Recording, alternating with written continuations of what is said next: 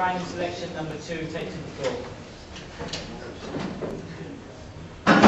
Right.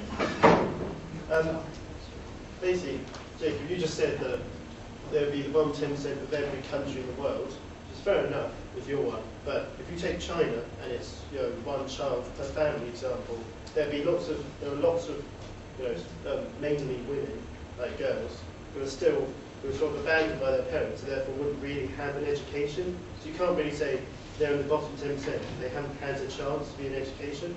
So you can't really, you can't say someone who's been abandoned hasn't had an education is in the bottom 10% with people who've had a fair chance but then just haven't been able to. Going back to your original point about Einstein not doing school but growing up to be a genius, I agree that our solution isn't perfect, but we have to make a sharp decision in a small amount of time. And right now, test scores are probably the only way we can go about it. I mean, it's surely better than no league at all, isn't it?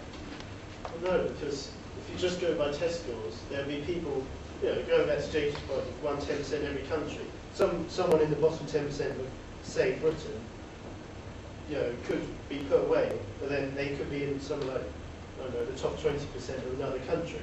So just because of the country they live in, would depend on whether they were taken away or not, purely because they had just had a different education. Yeah, well, I think the random selection. Okay. To summarise that, all the countries who did do random selection of the bottom 10% of every country, so the 10% off every country, all the countries would suffer equally, because every country has a different population. Because they'll just be getting a certain percentage on it, it will be not okay, obviously, so we lose their children, but it will still be better than just solely discriminating against those people who say haven't had as good an education or haven't had the chance to get forward. Okay.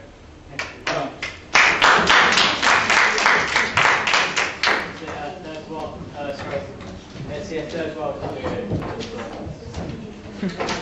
Okay, wait, before we begin. Are the judges ready? Okay, going. As my teammate said, many people in the third world have life-threatening diseases like AIDS, and also the most deadly disease in the world, Ebola, which currently only exists in the third world, and many of them are also orphans. May I remind you that the third world doesn't just have 10% of the world's children. The vast majority of the world's children live in the third world. That means we won't be sending all of the third world off. We'll have to choose a certain proportion of the third world. Of that proportion, we could choose the orphans, we could choose the ones with life-threatening diseases, we could choose the ones who by choice have decided that their life is better with the 4, 5, 6 than their current lives on Earth. Given the fact that a lot of people in, say, Africa and the Asian area live in sporadic housing, like villages and stuff, it would be too hard logistically to get them to the area. Because if there's an area where there's a lot of people, where they're all in very small villages, how would you know how many children are there? And then how would you know how to get them to the place in the United Kingdom? Because most of these countries do still have censuses, they still have registers. I mean, if you have most of them, we can estimate their populations quite well. And primarily the fact that third world countries, in third world, family planning doesn't exist. Contraception doesn't exist, and families choose to have 7, 8, 9 children because most of them die early anyway, and the idea is you'll have some left over. So some left at the end. So we're not even ruling the plans of these families. These families have planned for these children to die early, and that's why they've had such big families. But that's the truth. That's it. Yes. Well done. Okay.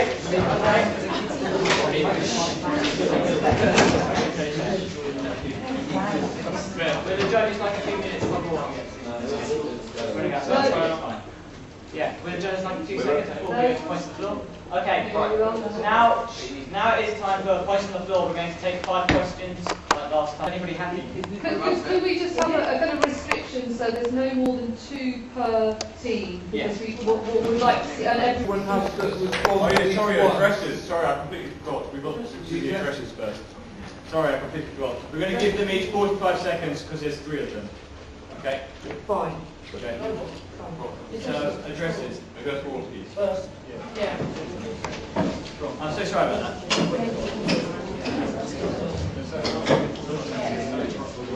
Yes. Okay. Right. Keep telling me. Okay. Now on the floor. Can you be quiet, please? Very quiet.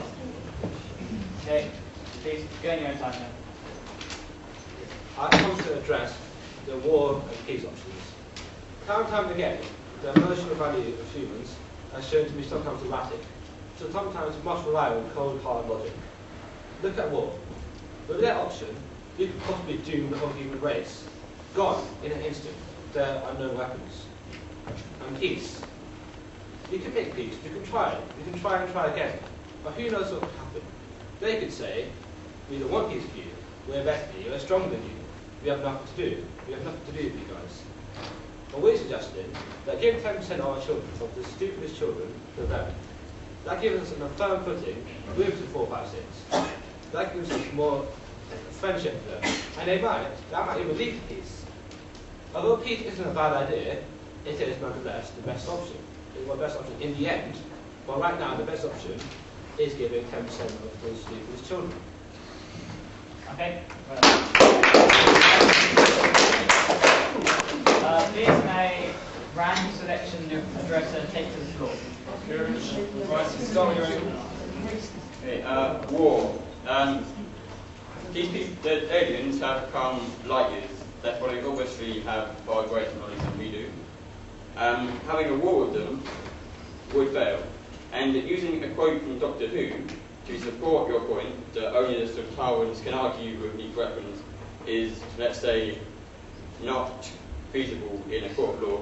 And as an embassy from the Prime Minister here, I doubt he'll be interested in hearing what David Tennant has to say. Okay then. And now to Pete. The 456 use our children as drugs. They obviously don't care about human life, otherwise it would be a drug.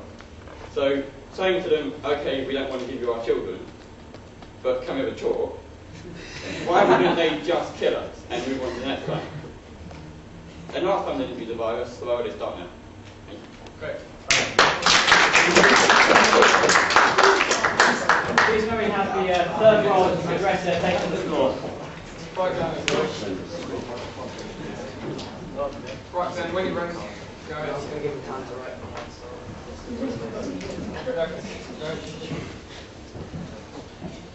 Okay, to war. Everyone else so far has been right. We don't know their weapons. They might easily just deflect them. They decide to release this virus and kill all the adults and then just take all the children. So we're offering to them 10%. Well, they're asking for 10%, which is quite decent, considering the fact they could very well kill all the adults and take 100% of the children. To peace, what you said earlier, we're not being racist at all. And you're right, we are picking on them because they're not privileged. Because they do suffer. They don't have anything at all. They're suffering their entire lives. While the 456, they offer them a chance where there's no suffering at all. They live forever, there's no suffering at all, and there's no viruses or anything that can cause them pain for the lives that they lead. They don't have cars, they don't have schools at the moment, so they don't have a chance to get out of the situation they're in. They don't really have health, so they're either going to die young, or we can give them the chance to live forever with no suffering at all with the 456. That's a chance that I think we should take. Otherwise, like I said, they might just take all our children, and we don't really want that at all. I'd rather they take 10% than 100% really. Okay. First of all, you came up with the idea that it would be merciful to send these children because they're not privileged. But how can you base this on the fact that they don't have a car or they don't have a plane? They live in, we don't know what the 456 are going to do with them. We don't know whether they're going to just kill them straight out. And so, how can you choose them? You also said how can they choose themselves? That they can choose themselves if they want to go or not. They're up to 12. How are they going to know? No, They're immature. They haven't been educated. They're not going to know. Well, first of all, to answer your Well, first of all, the kids wouldn't choose. I said the 4, 5, 6 might decide to eradicate the adults.